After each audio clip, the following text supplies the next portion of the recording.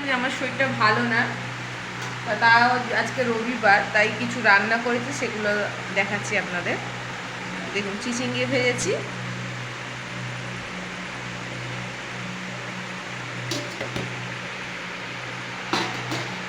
মাংস করেছি, মুরগির মাংস করেছি,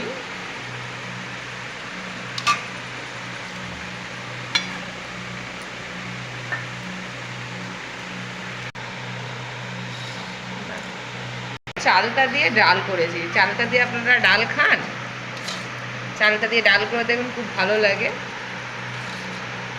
আর চালটার ডাল, যেহেতু শরীরটা খারাপ সেহেতু অত কিছু রান্না করতে পারিনি আজকে। আর স্যালাড, এই আজকে আমাদের দুপুরের মেনু।